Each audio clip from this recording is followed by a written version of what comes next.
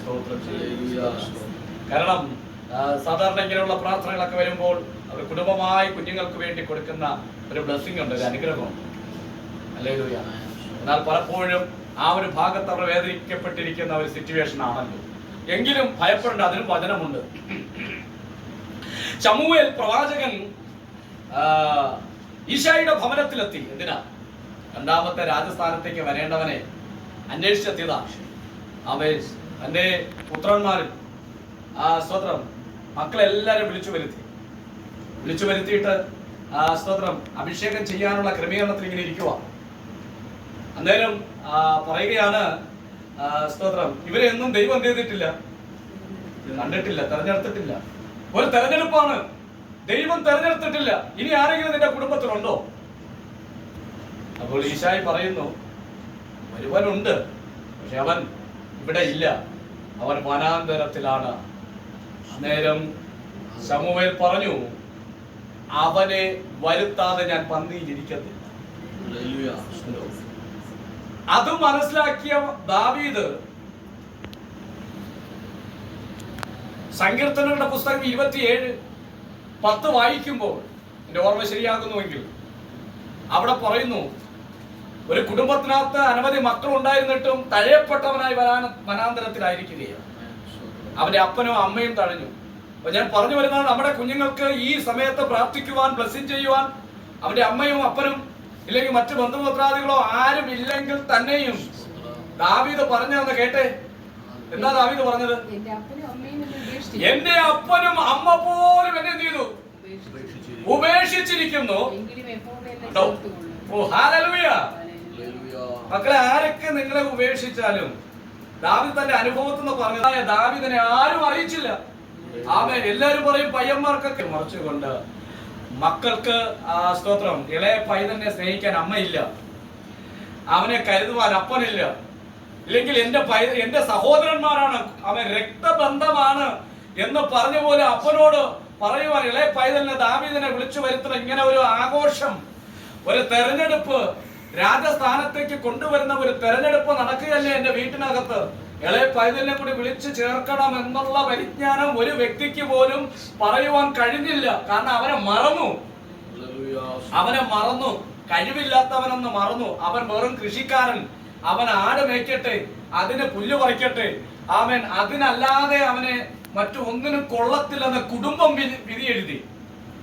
വിധി എഴുതി അകറ്റിക്കളയുന്ന കാലഘട്ടത്തിൽ ദാവീദ് എഴുതിയ വനാന്തരത്തിൽ ആ വേദന അറിഞ്ഞിട്ട്, എന്റെ അപ്പനും എന്റെ അമ്മയും എന്നെ ഉപേക്ഷിച്ചു. ഒന്നും കൂടി ഞാൻ എന്റെ കയ്യിൽ നിന്ന് ഇൻക്ലൂഡ് ചെയ്ത് പറയുകയാ, എന്റെ സഹോദരന്മാർ പോലും എന്നെ എന്ത് ചെയ്തു? ഉപേക്ഷിച്ചു. എന്തിനാ ഉപേക്ഷിച്ചത്? ഈ സ്ഥാനത്തേക്ക് ഒരു കാരണവശാലും ദാവീദ് യോഗ്യനല്ല എന്ന് ആഗാറിനെ വിളിച്ച് അവളോട്, ആഗാറെ നിനക്ക് എന്ത്? നീ ഭയപ്പെടേണ്ട, ബാലൻ ഇരിക്കുന്നിടത്ത് നിന്ന് അവന്റെ നിലവിളി ദൈവം കേട്ടിരിക്കുന്നു. ഇവിടെ നമ്മൾ വായിച്ചിങ്ങനെയാണ്, ദൈവം ബാലന്റെ കേട്ടോ നിങ്ങള്. അപ്പൊ നിങ്ങൾക്ക് ഇപ്പോ നമ്മുടെ യോഹാൻ അല്ലേ, നമ്മുടെ ജുവാന്റെ ബർത്ത്ഡേ ആണെന്ന്. ജുവാന്റെ ബർത്ത്ഡേ പിറന്നാളാ. 10ാമത്തെ വർഷത്തിലേക്ക് പ്രവേശിച്ചിരിക്കുക, 10 വയസ്സിലോട്ട് പ്രവേശിച്ചിരിക്കുക. നിവാസൻ പറഞ്ഞതുപോലെ 2 മക്കളും 2 ജില്ലകളിലാണ് എന്ത് ചെയ്തത്? ജനിച്ചത്. അപ്പൊ എനിക്ക് പെട്ടെന്ന് ഓർമ്മ വന്നത് ശമൂവേൽ ബാലനെയാണ് ഓർത്തത്. അവൻ ദൈവത്തിന് പ്രിയനായിരുന്നപ്പോൾ ദാൻ മുതൽ ബർശേബ വരെ ദൈവത്തിന്റെ വിശ്വസ്ത പ്രവാചകൻ.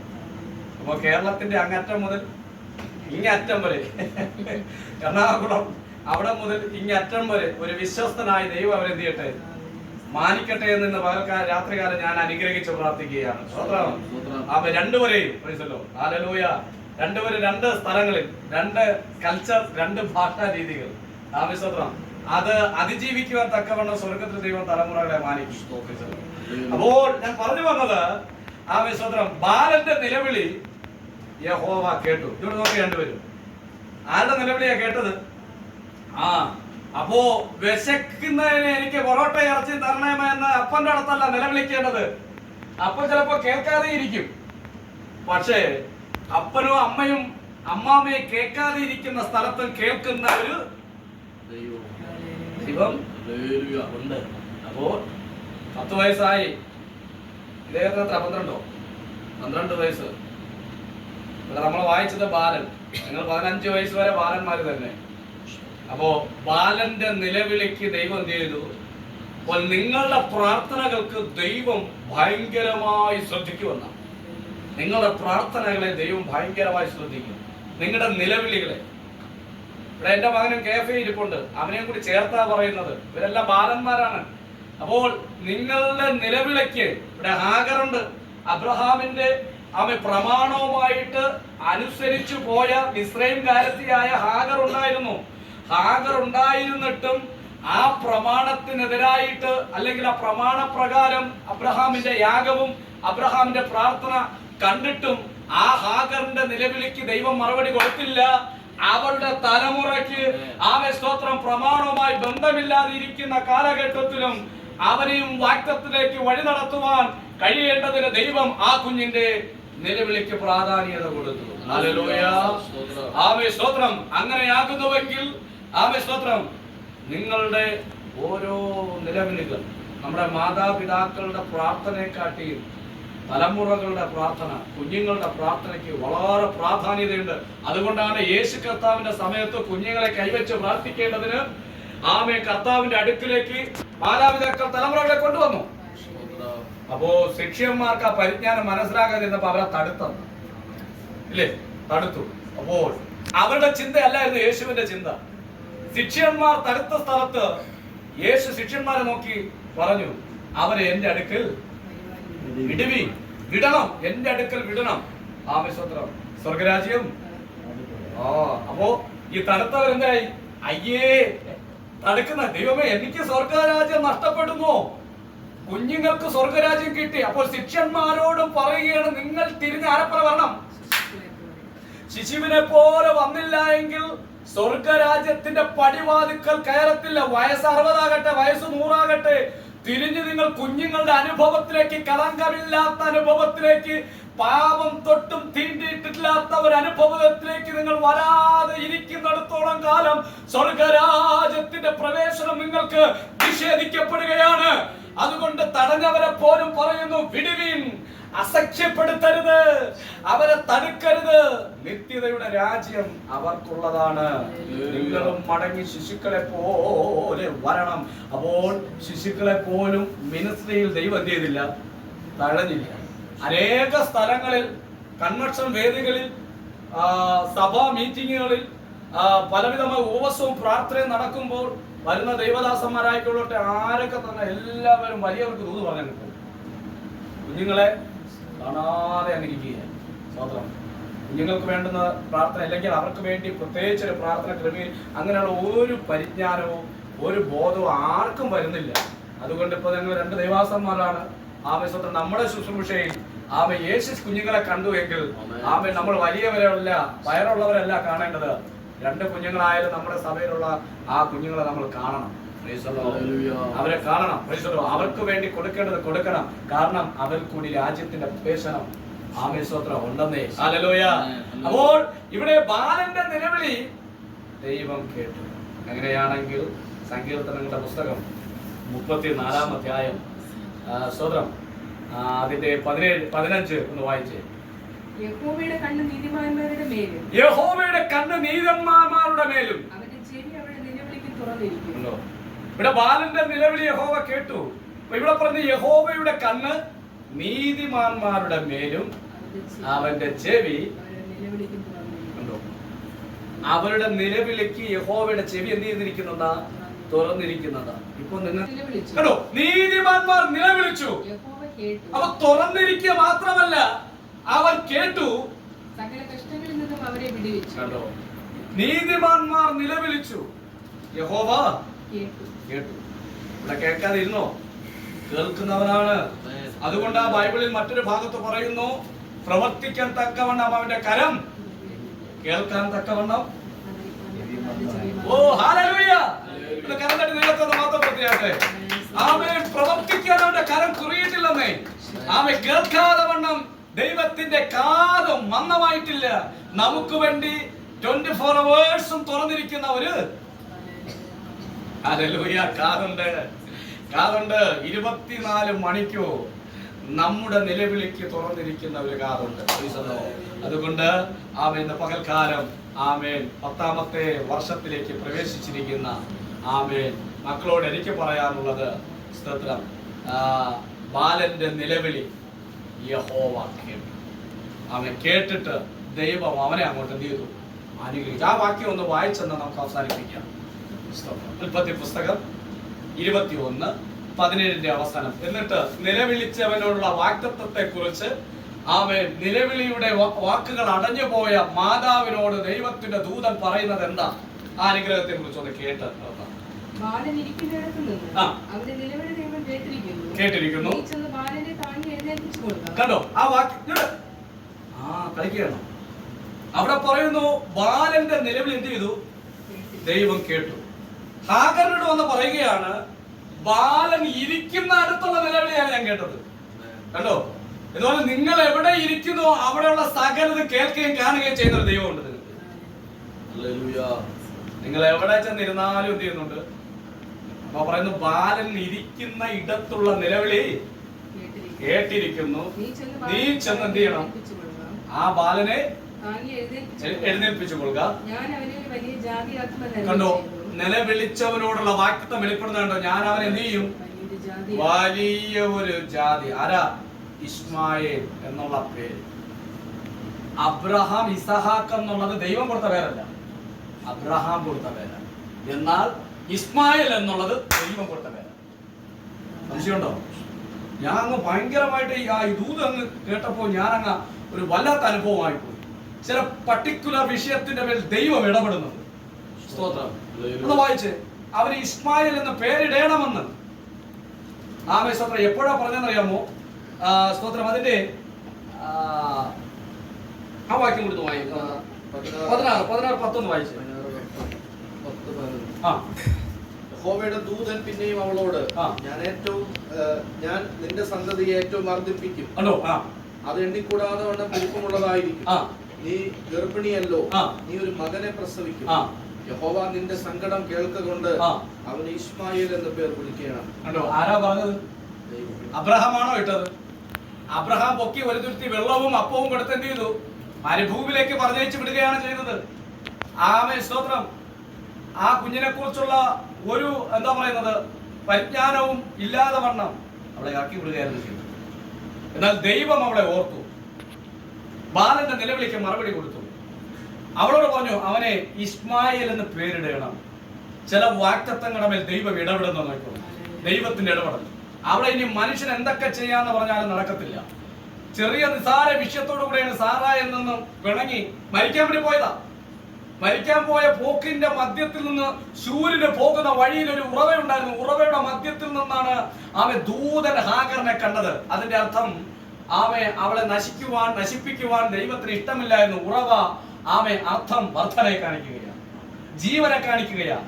ആ ഉറവയുടെ വർധനയുടെ അടുക്കൽ നിന്നിട്ട് പറയുന്നു, സാറയുടെ ദാസിയായ ഹാഗറെ. അപ്പൊ ഐഡന്റിറ്റി ഇല്ലാതെ അല്ല വിട്ടത്, ഐഡന്റിറ്റി ഉണ്ട്.